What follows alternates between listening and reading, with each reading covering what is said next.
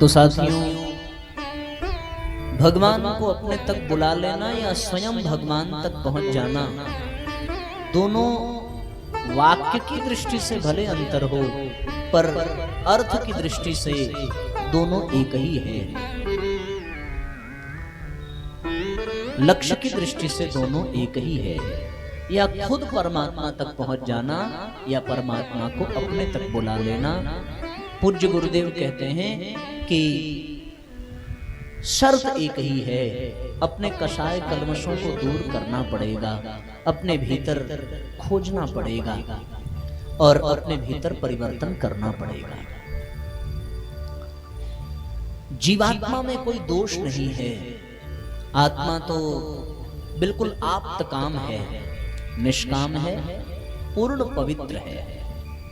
लेकिन जब उस पर मल का आवरण पड़ जाता है तो उसका प्रभाव कम हो जाता है। अग्नि की ज्वाला हो पर उस पर राख की ढेर पड़ जाए तो क्या अग्नि का प्रकाश दिखाई पड़ेगा? क्या उसकी गर्मी दिखाई पड़ेगी? नहीं। इसमें अग्नि का कोई दोष नहीं है, अग्नि के प्रभाव में कोई कमी नहीं है, पर हमने राख से ढक दिया, इसलिए हम उसके प्रकाश से वंचित हो जाते हैं। सूर्य तो प्रतिदिन उदित हो रहा है, पर खिड़की दरवाजे अपने बंद हों तो उसके प्रकाश का लाभ हमें मिल नहीं सकता। इसलिए साथियों, अपने ही पट खोलने पड़ेंगे, अपने ऊपर जमे आवरण को, अपने ऊपर बैठी मलिनताओं को हटाना पड़ेगा। और ये मलिनताएं, ये आवरण आए कहां से? ये आए उनके ही कारण जो जीवात्मा के जीवन यात्रा में सहायक बनकर के भगवान ने दिया था।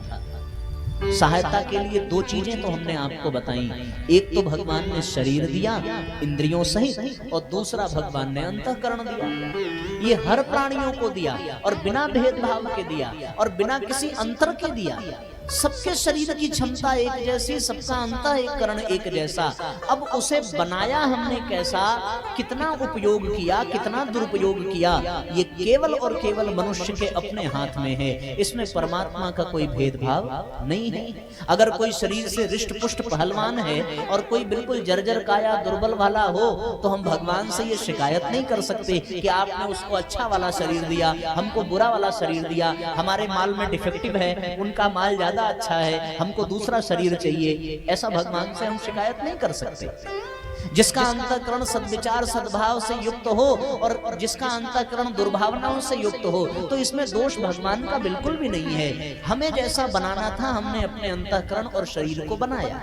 भगवान ने तो दिया था इस अंतःकरण और शरीर को जीवात्मा की यात्रा में सहायता करने के लिए, कि ये शरीर, ये अंतःकरण जीवात्मा की यात्रा को और आगे ले जाए और ऊपर उठावे और उन्नति हो और उत्कृष्टता प्रदान करे। पर साथियों, दुर्भाग्य ये है कि जिस शरीर को हमने पाया था धर्म और धन कमाने के लिए, उस शरीर को हमने केवल विषय भोगों में नष्ट कर दिया।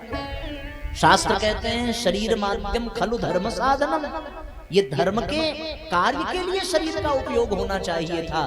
धन का भी उपार्जन करना था तो धर्म से युक्त होकर के करना था। इसलिए भगवान ने शरीर दिया, पर भगवान के द्वारा दिया गया शरीर विषयों में, भोगों में, भौतिकता में उलझता चला गया। और फिर परिणाम क्या निकला? परिणाम ये निकला कि कितना सुंदर, कितना प्यारा, कितना सुनहरा, कितना कोमल ये मानव शरीर हमने जर्जर बना दिया, हमने खोखला बना दिया, हमने रोगों से इस शरीर को भर दिया। तो इसका जिम्मेदार कौन? हम स्वयं ही हैं। और परिणाम जो भुगत रहा है वो कौन? हम स्वयं ही हैं। भगवान ने अंतःकरण दिया था। आप जरा विचार करके देखो, जब कोई बच्चा छोटा सा पैदा होता है तो उस बच्चे के अंतःकरण में क्या किसी के प्रति कोई दुर्भावना होती है? किसी के प्रति कोई भेदभाव होता है उस बच्चे के मन में? वो तो जो प्यार से बुला ले उसी की गोद में चला जाता है। वो तो केवल प्रेम का भूखा है। जैसे भगवान प्रेम के भूखे, वैसे बच्चे प्रेम के भूखे। फिर बच्चे ये नहीं देखते कि ये हमारा शत्रु है, कि पड़ोसी है, कि माँ बाप का विरोधी है, कि ये हमारा अहित करने वाला है। जिसने प्यार से पुचकारा, जिसने दुलारा, उसी की ओर वो भागते चले गए। जिसने चॉकलेट दिखा दी उसी को वो अपना मान बैठे। क्यों?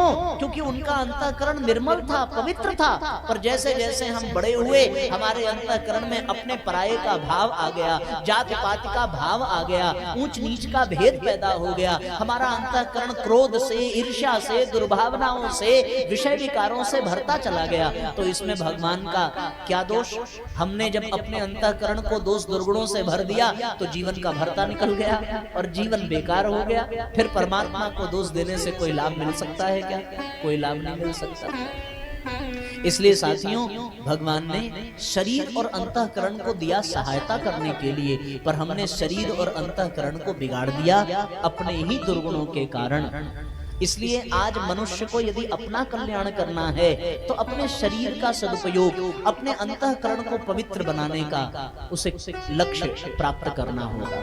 केवल 2 लक्ष्य, बस इतनी सी बात। परम पूज्य गुरुदेव ने गायत्री परिवार का गठन किया तो 2 ही लक्ष्य रखे।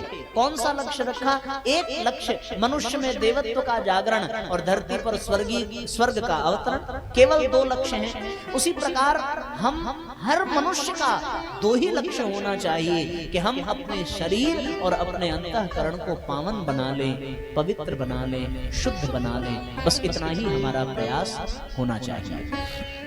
और इसके लिए करना क्या पड़ेगा? एक बड़ा प्रश्न है ये। इस प्रश्न का अगर समुचित समाधान मिल जाए, समुचित उत्तर मिल जाए तो वास्तव में जीवन बहुत सरल हो जाएगा, जीवन बहुत आसान हो जाएगा।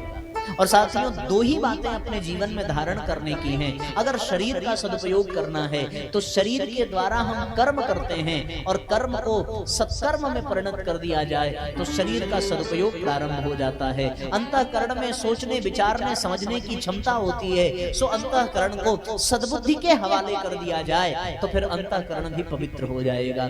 केवल 2 ही कार्य करने हैं, शरीर को सत्कर्म में लगा देना, अंतःकरण को सद्बुद्धि से भर लेना।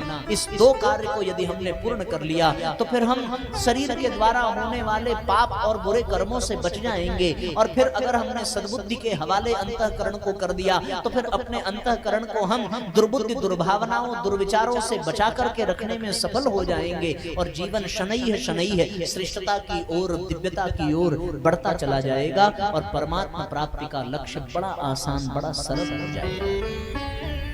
सत्कर्म और सद्बुद्धि 2 ही भाव भगवान ने हम सबके सामने रखा है। परम पूज्य गुरुदेव 2 ही लक्ष्य देते हैं। एक अपने जीवन को सत्कर्म में लगा देना, दूसरा अपने जीवन को सद्बुद्धि से भर लेना। सद्बुद्धि से भरा हुआ व्यक्ति ही सत्कर्म में लगेगा। जिसमें सद्बुद्धि विद्यमान न हो वो कभी भी अच्छे कर्म कर नहीं सकता। दिखने में लगेगा कि ये अच्छा काम कर रहा है, लेकिन वास्तव में उसका परिणाम उसे अच्छा मिलेगा नहीं, क्योंकि वो सद्बुद्धि के अभाव में जीवन जी रहा है।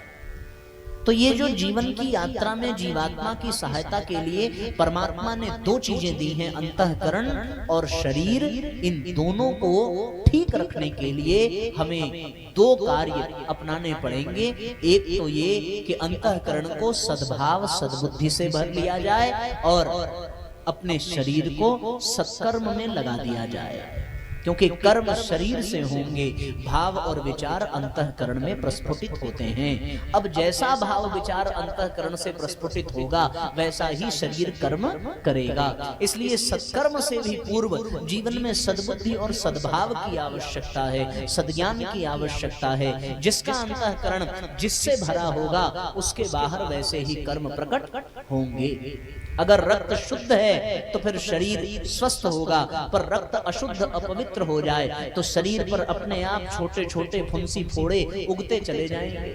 तो फिर आप बाहर से चाहे जितना मलहम लगाइए, पर अगर आपने अपने भीतर के रक्त की शुद्धि का कार्य न किया तो फोड़े फुंसियों को पैदा होने से आप रोक पाएंगे? नहीं रोक पाएंगे।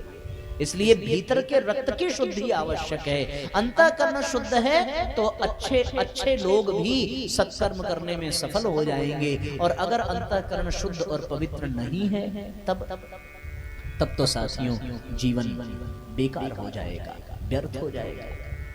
एक बड़ी प्यारी घटना आती है कि एक बार एक बच्चा ग्लास से भरे दूध को लेकर के आ रहा था और थोड़ा सा ग्लास हिला तो उससे दूध छलक गया और छलक करके बाहर गिरा। इस घटना को उसके पिता ने देखा। उसके पिता ने उस बच्चे से प्रश्न किया कि बेटा, दूध तो ग्लास से बाहर गिर गया, तुम बता सकते हो कि दूध क्यों गिरा? तो उसने कहा धक्का लग गया। बोले धक्का लगने से दूध नहीं गिरा। उसने कहा कि नहीं, मेरा ध्यान भटक गया। बोले ध्यान भटकने से भी दूध नहीं गिरा। अब की बार बच्चे ने ही पूछा कि फिर कैसे गिर गया? पिता ने बड़ा सुंदर जवाब दिया कि दूध केवल इसलिए गिर गया क्योंकि ग्लास में दूध ही भरा था। अगर पानी भरा होता तो पानी गिरता, जहर भरा होता तो जहर गिरता, कोई अन्य पेय पदार्थ भरा होता तो वही छलकता। हमारे अंतःकरण में जो चीजें भरी हैं वही चीजें छलकती हैं। अगर अंतःकरण में सद्बुद्धि है, सद्भाव है, तो बाहर वो सत्कर्म बनकर के छलकेगा। और हमारे बिलासपुर से बाबूजी भी आए हैं, तो आपका भी बहुत बहुत स्वागत है। हम तो सोच रहे थे कि फिर आपको बस से यात्रा करनी पड़ेगी। चलिए ठीक है, अच्छा, बहुत बहुत प्रणाम। यात्रा मंगलमय हो आपकी। आभार यहाँ आने के लिए। बोलिए गायत्री माता की जय, बोलिए परम पूज्य गुरुदेव की जय, बोलिए वंदनिया माता जी की जय, आज के आनंद की जय। तो मैं निवेदन ये कर रहा था साथियों कि सद्भाव और सद्बुद्धि भीतर भरी हो तो सत्कर्म बाहर छलकेगा। सत्कर्म अगर हम अपने जीवन में सत्कर्म में जुट जाएं तो फिर साथियों जीवन धन्य बन जाएगा, जीवन श्रेष्ठ बन जाएगा, जीवन आनंदित हो जाएगा। शुभ कर्म सत्कर्म करके ही परमात्मा को पाया जा सकता है। इसलिए साथियों जीवन में जैसी भी परिस्थितियां हों, जीवन में जैसा भी भाव हो, हर शर्त पर हमें एक ही संकल्प लेकर के चलना चाहिए कि हम अपने जीवन को सत्संग से भर लें, हम अपने जीवन को सद्बुद्धि और सद्भाव से भर लें, क्योंकि जो हमारे भीतर भरा होगा वही बाहर छलकेगा, वही बाहर दिखाई पड़ेगा। बहुत प्यारा गीत किसी ने लिखा है, उसमें हमने थोड़ा इस विचार की पुष्टि के लिए परिवर्तन किया है कि कैसी भी परिस्थिति जीवन में आ जाए, सद्भाव और सत्कर्म से हमें भरे रहना चाहिए, ऐसा भाव है इस गीत का।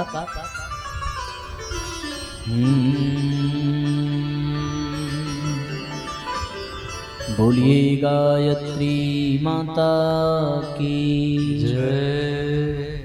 यह अवसर फिर नहीं मिलने का, ये जीवन दोबारा मिलेगा कि नहीं मिलेगा कहा नहीं जा सकता। दोबारा मिलेगा कि नहीं ये तो बहुत दूर की बात है। कल ये जीवन शेष बचेगा कि नहीं इसकी भी कोई पुष्टि कर नहीं सकता। जीवन अनिश्चितता से भरा है, निश्चितता इस जीवन में नहीं है। जो सांसें आज चल रही हैं, बल्कि जो सांस बाहर गई फिर से वापस लौट करके आएगी कि नहीं आएगी, ये कोई इस बात की गारंटी ले। इसलिए अभी से इस क्षण सद्भाव और सत्कर्म से अपने आप को भर लेना आवश्यक है। यह अवसर फिर नहीं मिलने का, सत्संग करो, सत्संग करो।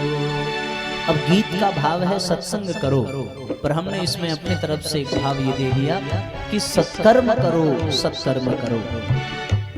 यह अवसर फिर नहीं मिलने का, सत्कर्म करो, सत्कर्म करो, सत्कर्म करो, सत्कर्म करो।